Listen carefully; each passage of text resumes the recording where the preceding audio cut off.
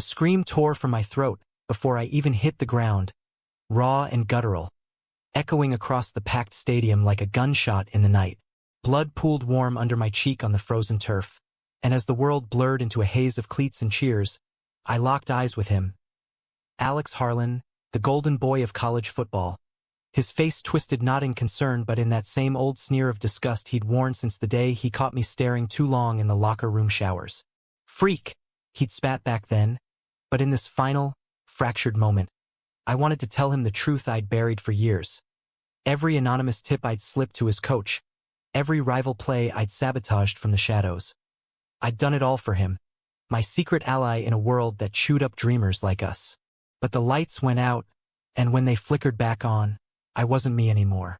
I was Jake the Hammer Riley, captain of the Michigan Wolverines, the very team Alex and his Ohio State Buckeyes had sworn to bury under their cleats every autumn.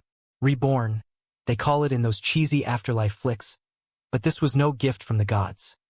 It was a cruel cosmic joke, strapping me into the body of his fiercest enemy, with all my old memories intact and a heart that still raced at the sight of him.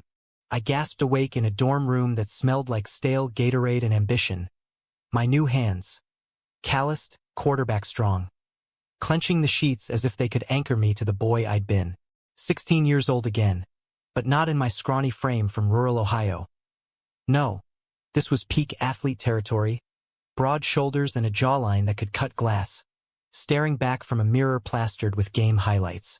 The date on my phone, October 15th, 2015, confirmed it. 5 years before that fatal hit, before the championship game that ended my first life.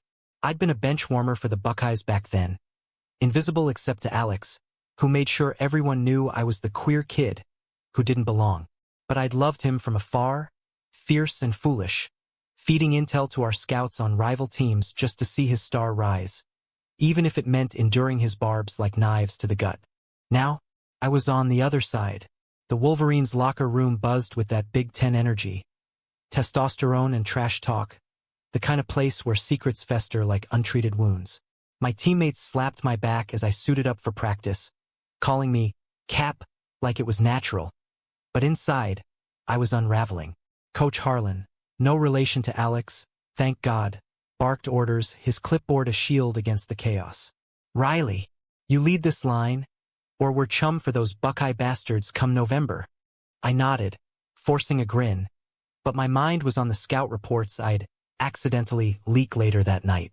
Old habits die hard, even in a new skin. The first time I saw him after the switch, it hit like a blindside sack. We were at a neutral site scrimmage in an arbor, the air crisp with falling leaves and the faint promise of rivalry week. The Buckeyes trotted out, scarlet jerseys gleaming under the floodlights. And there he was, Alex, all lean muscle and unshakable confidence, tossing a spiral that kissed the receiver's hands like a lover's promise.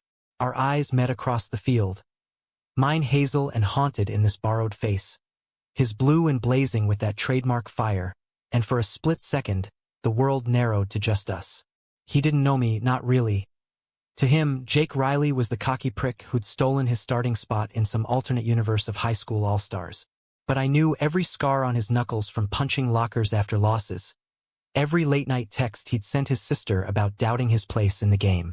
"Watch your blind side, Riley," he yelled as we lined up, his voice a gravelly drawl that sent shivers down my spine. It wasn't friendly. It was a warning, laced with the venom of two teams who'd spilled blood on this turf before.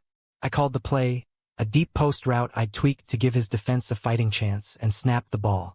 The hit came fast, a linebacker folding me in half, but I popped up laughing, adrenaline masking the ache. Alex jogged over during the water break, helmet under his arm, sweat tracing paths down his neck. Nice arm, Hammer. Too bad it's attached to a Wolverine. You'd make a decent Buckeye if you weren't such a showboat. I swallowed the urge to confess right there, to grab his jersey and spill it all. It's me, Eli, from the showers, from the shadows. I never stopped fighting for you. Instead, I played the part, smirking back. Flattery'll get you nowhere, Harlan. Save it for your mirror. Our teams clashed in a blur of grunts and whistles, bodies colliding like thunder, and every time our paths crossed, it was electric, a fumble I missed on purpose, a sack I pulled short. By the end, the scrimmage was a draw, but inside, I was winning battles he didn't even know were being fought. Nights were the worst. Back in my single room, perks of captaincy. I'd scroll through old photos on a burner phone I'd bought to mimic my past self. There I was, Eli Grayson, awkward and aching, blurred in the background of Alex's championship grins. I died saving a loose ball in that 20 game, taking the hit meant for him, but he'd never thanked me. Hell, he'd probably cheered the turnover. Rebirth hadn't erased the love, though. It had amplified it, twisting it into this double-edged sword. I started leaving clues, subtle as a stiff arm. Anonymous emails to the Buckeye staff with Wolverine weak spots, disguised as rival leaks. It was my way of staying close, of being that secret ally again, even if it meant betraying my new brothers in maize and blue. Word spread fast in the conference. Rumors of a mole in the Wolverines' camp. Whispers in the weight room about that prick Riley selling us out. My linebackers eyed me sideways during film sessions, their trust fraying like old laces.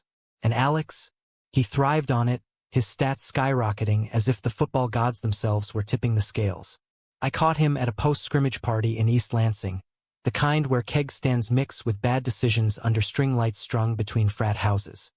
He was holding court by the fire pit, a red Solo cup in hand, laughing with his receivers about how the Wolverines were folding like cheap lawn chairs.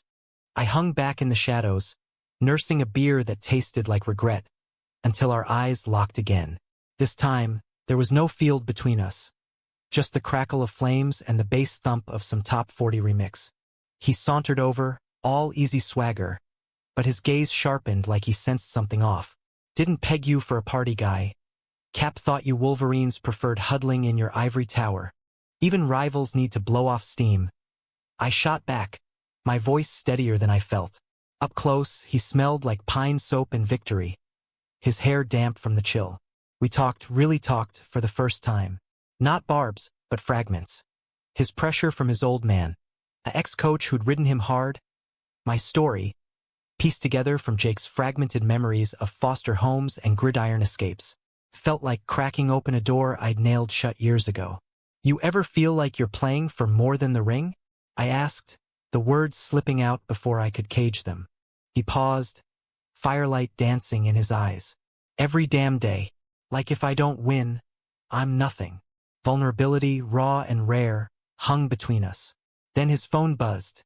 A text from his sister, and the mask slammed back down. Don't go soft on me, Riley. See you on the field. He clapped my shoulder, the touch lingering a beat too long, and walked away. I stood there, heart hammering, wondering if rebirth meant second chances or just amplified heartbreak. As rivalry week loomed, the leaks escalated. I fed the Buckeyes gold. Our blitz packages, my audible calls. Watching Alex dissect them in leaked footage, his intensity a drug I couldn't quit. But betrayal has a way of circling back. During a closed scrimmage, our defensive coordinator pulled me aside, his face like thunder. Jake, we've got eyes on you. Those tips hitting Columbus? They smell like your playbook. Sweat beaded on my brow. Not from the drill but the noose tightening. Deny it? Confess?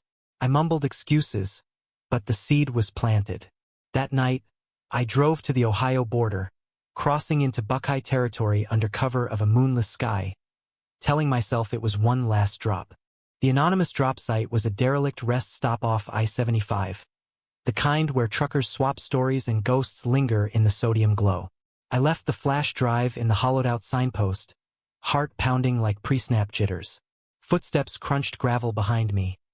Too light for a drifter, and I spun to find Alex, silhouetted against his truck's headlights, arms crossed. Knew you'd show, Riley.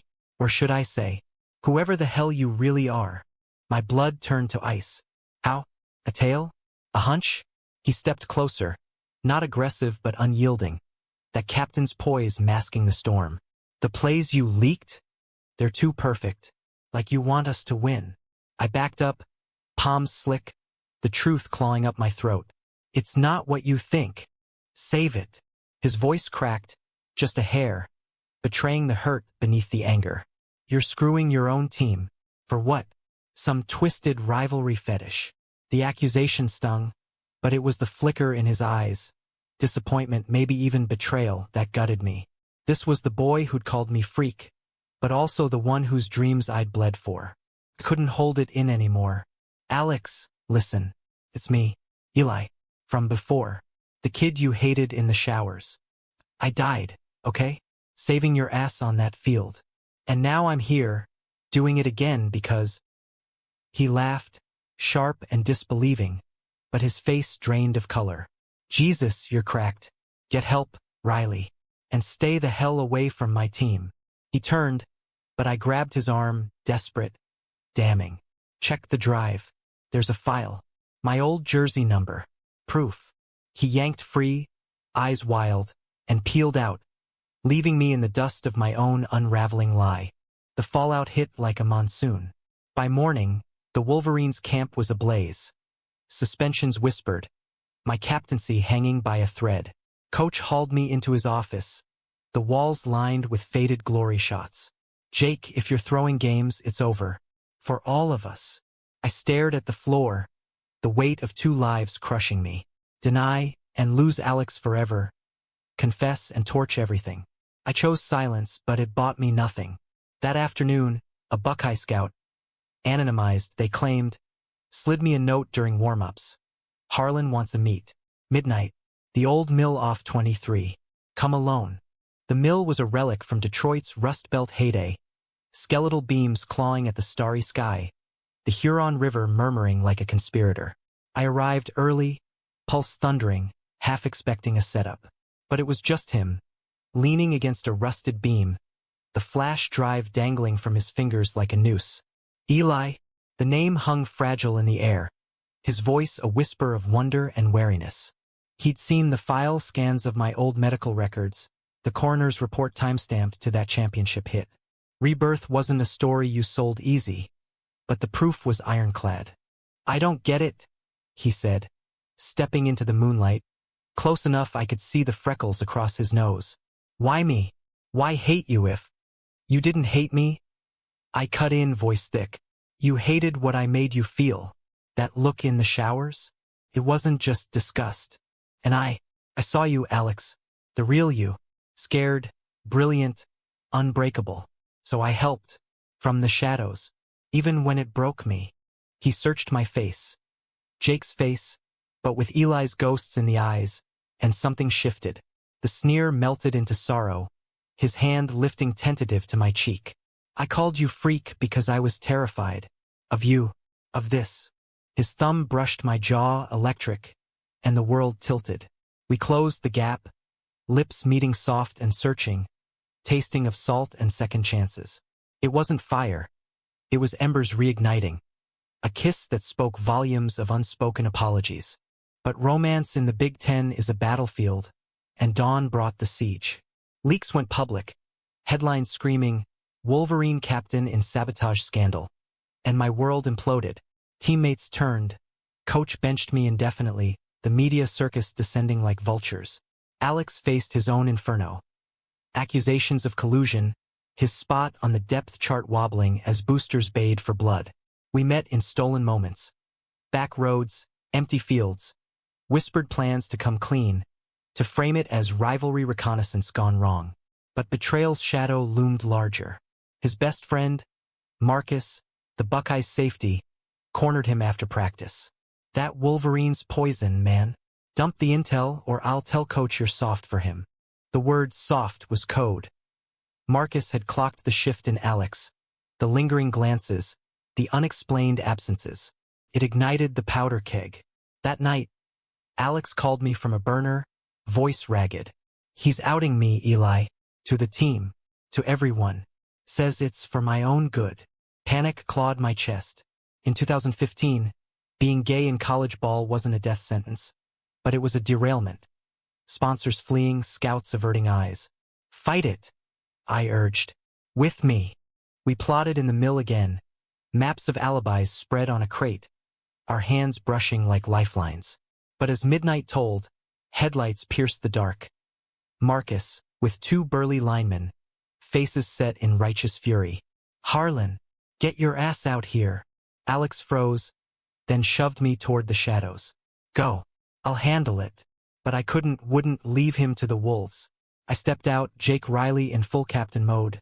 Chin up. Back off, boys. This ends now. What followed was chaos distilled. Fists flying, accusations hurled like Hail Marys. Marcus swung first, a haymaker that grazed my ear, and I countered with a tackle born of 2 lifetimes gridiron grit. Alex waded in, pulling his friend off me, voices cracking over the fray. He's not the enemy. None of this is. The lineman hesitated, loyalty fracturing, but Marcus spat blood and venom. You're one of them? Screwing the rival? You're done, Harlan. He stormed off, tires screeching, leaving us battered and breathless in the dirt. In the aftermath, as bruises bloomed and stitches closed wounds, we confessed everything, to coaches, to pressers crammed with flashing bulbs. It started as strategy, Alex said, my hand hidden under the table. But it became more. Friendship, respect, and yeah, love. The room gasped, but not in shock. In a new era's exhale. No pitchforks, instead, questions about resilience, about defying divides. The championship loomed. Wolverines versus Buckeyes under the lights of Columbus. The horseshoe a cauldron of 100,000 souls. I started, reinstated on a technicality. Alex across the line, his eyes locking on mine pre-snap like a vow. The game was epic. Turnovers like heartbreak, drives like desire. Down by 7 in the 4th, I audibled to a play we'd scripted in secret. A flea flicker that sailed true into our receiver's hands, tying it as the clock bled out. Overtime, our ball. I dropped back, vision tunneling, and there he was, blitzing free, unblocked, a force of nature. He could end it, sack me into oblivion. But he feinted, pulling up short, our chests heaving inches apart in the pocket. Run it, he whispered, so low only I heard. I lateraled to the halfback, who sprinted untouched into the end zone. Touchdown. Wolverines win. The field erupted, but I barely heard it. Alex pulled me into a hug amid the swarm, public, defiant. His lips brushing my ear. Secret ally forever. No rings for me that night. I handed the captain's band to my backup, stepping away from the glare. Alex transferred mid-season, citing personal growth, landing at a smaller program where he could play free. We met in Detroit 6 months later, under the same golden hour, hands intertwined on a bench by the river. Rebirth wasn't about the game. It was this, 2 souls, scarred and whole, choosing each other over the scoreboard. Years on, we're coaches now, side by side at a D2 powerhouse in the Midwest, building boys into men who learn loyalty trumps labels. Alex still teases me about that fatal hit. You always were a showboat, Eli, but his eyes say gratitude. And in quiet moments, when the house smells of chili and autumn, I know. The real victory was surviving the Despised, emerging as allies in love's unyielding huddle.